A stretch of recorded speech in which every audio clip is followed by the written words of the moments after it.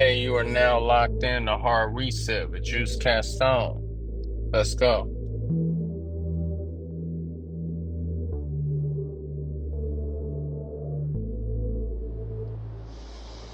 What's going on, everybody? This is episode 9 of Hard Reset with Jeuse Kastoan. I am Jeuse Kastoan, and I hope you're having a blessed day. Hope you're doing good. Hope everything's alright. Hope, my words today touch you, or at least you get something out of it. That's all I do this for, just to help others. So, if you get something out of it, I feel like I've done something. Even if it's just one person, doesn't even have to be the world. One person is good enough for me. Today, the topic is, those who didn't believe in me. And, what can I say? For this topic, there's been instances where people didn't believe in me. And,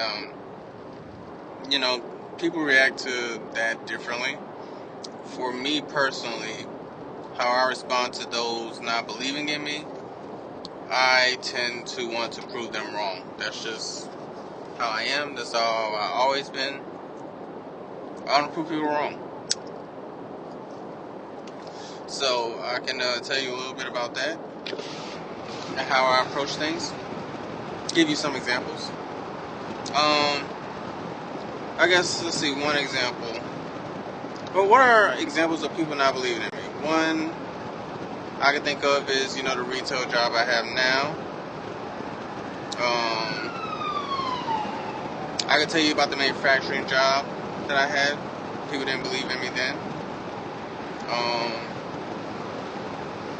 I could say music, but, I have my own idea of what success is, and me being able to reach a certain amount of people, I believe is success in my book. I don't believe I had to sell a million records to, touch people. I've had over 800,000 streams, so to me that's a success in of itself, because most people don't even have that.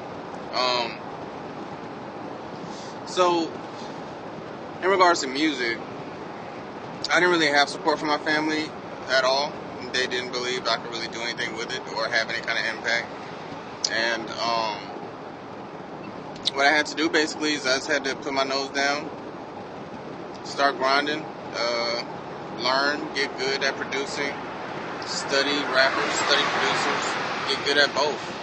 And more importantly, I'd say I studied albums and how they were crafted and how bodies of work sounded and how they're supposed to sound.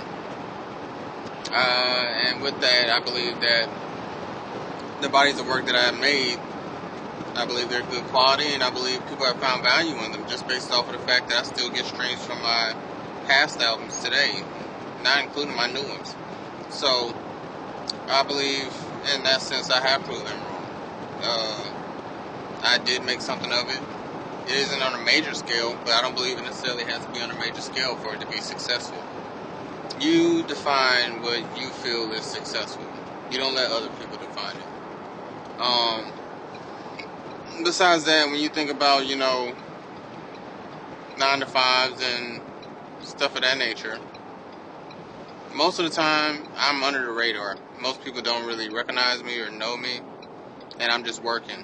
And, I end up achieving something, and then they're like, what? Him? Why? How? That's usually how it goes.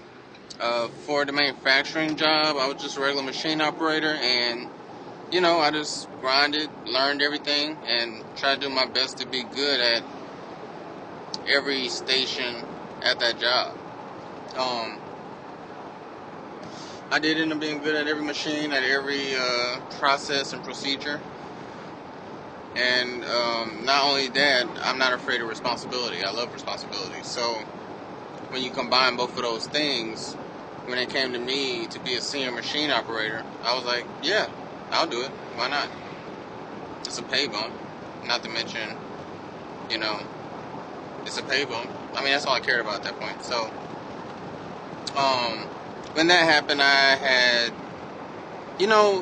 with me, people don't really hate in my face. They actually do it behind my back. So I had people talking about me to other people, and then those people who actually was cool with me and didn't have a problem with me, they would tell me like, oh yeah, so-and-so said this and said that about you. And honestly, I didn't care. I still don't care. I think it's just kind of shysty, but it doesn't bother me to the point to where, I'm like thinking about it all the time. It's just like, well, they got a problem with it, so be it. They can't change it, so it is what it is. And, I keep moving forward like that. You can't worry about how your success is bothering people if it's based off of just hate. But you can affect how you treat them. You don't want to treat them negatively because of it. You still want to treat them nicely. You still want to be a good person and treat them like a decent human being. But in the back of your head, this person's probably talking shit about me. But in the end, I'm fair, and, I still am going to treat them with respect like I treat anybody else. So that's how I approached it, and, it didn't really affect my work in general. It didn't affect my quality of work. It didn't affect how I approach things in regards to my work. I still did my work like I normally did, still produced in high quality. I just had a hater. When it comes to my retail job, I made a lot of mistakes in the beginning because I hadn't worked retail since I worked at Walmart, and that was like 10 years prior. So there was a lot that I didn't know and a lot that I was learning again. And they didn't believe in me. I know they didn't, because I could tell by the way they talked to me. I could tell by the way they trained me. I could tell by the way they would kind of distance themselves from me. They didn't really believe I could actually do well, and they didn't want to have any part of me, succeeding. What ended up happening is I just grinded, made my mistakes, learned from my mistakes, didn't make the same mistake twice, and got better and better and better until, unfortunate things happen. When you work retail and you're dealing with stuff like coupons and stuff like that, some people take advantage of it, and, companies that are large, they track everything. So they know when you're abusing certain things, and those people that, talked about me and didn't like me and didn't really believe in me, they all got let go for, abusing the system.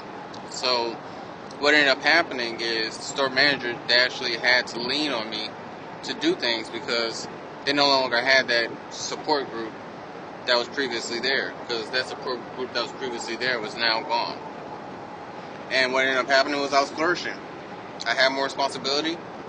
I had to do more stuff around the store, and she noticed and said I'm doing a good job and that, I've been doing great. And it was basically, I think, personally, because I wasn't in limbo anymore, having to worry about, okay, so I need to do this because they need me to do this. So it's not even that. It's more so, what does so-and-so want me to do today and how they want me to do it. Instead of now, it's, okay, this needs to get done today, this needs to get done today, and this needs to get done today.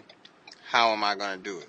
Now that I have that responsibility and I have that ownership and I can take charge, I was able to flourish and do whatever needed to be done to make sure that things got done properly. And what ended up happening after that, of course, is I got promoted to an assistant store manager. I'm pretty sure when I first got there and I was working there, they would have never thought that I would end up being an assistant store manager at another store. I'm pretty sure they didn't think I could actually do that. And, I think it's just a testament to my drive and my will. I didn't quit. I didn't give up. I just stayed focused and kept grinding and kept learning and kept getting better. To the point to where at the end, I have an amount of experience that is just massive that now I can bring to another place and, improve their space based off of what I've learned. Things like that are very important. Now, I even forgot with music, some of my friends, they either said that, I wasn't good and I wasn't going to really make much of it. And some even said they know people that are better than me, and hearing something like that doesn't necessarily hurt. It's like, okay, you're on the list. You're another person I got to prove wrong. That's how I took it. It didn't really hurt my feelings. It didn't even make me sad. It was just like, okay, I need to get this done. I need to show them. So, in that case, I did what I had to do, and I tried my best, and I feel like I've done good. Hold up real quick. So for me, I feel when you have doubters, the best thing you can do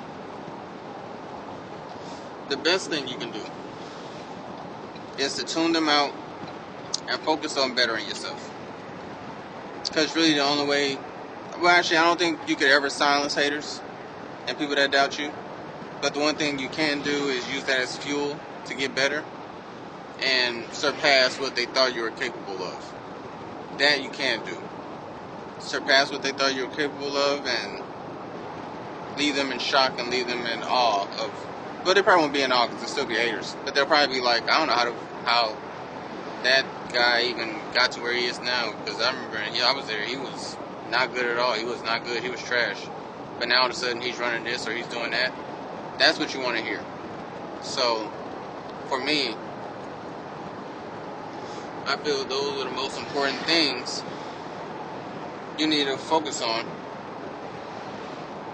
Just to make sure that, you stay on your P's and Q's.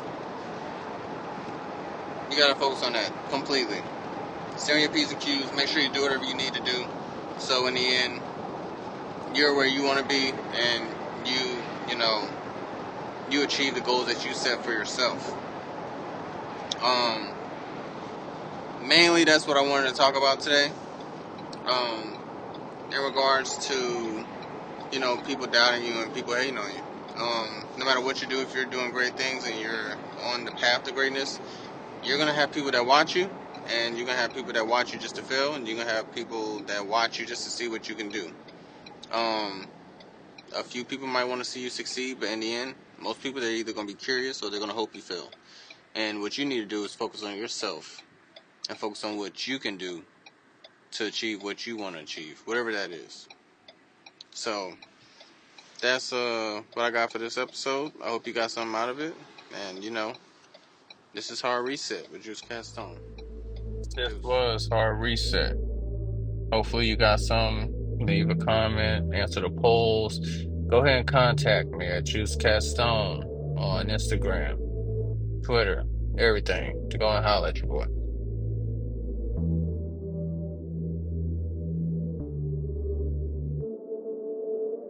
Mad thoughts just going through my head. Expectations have been met.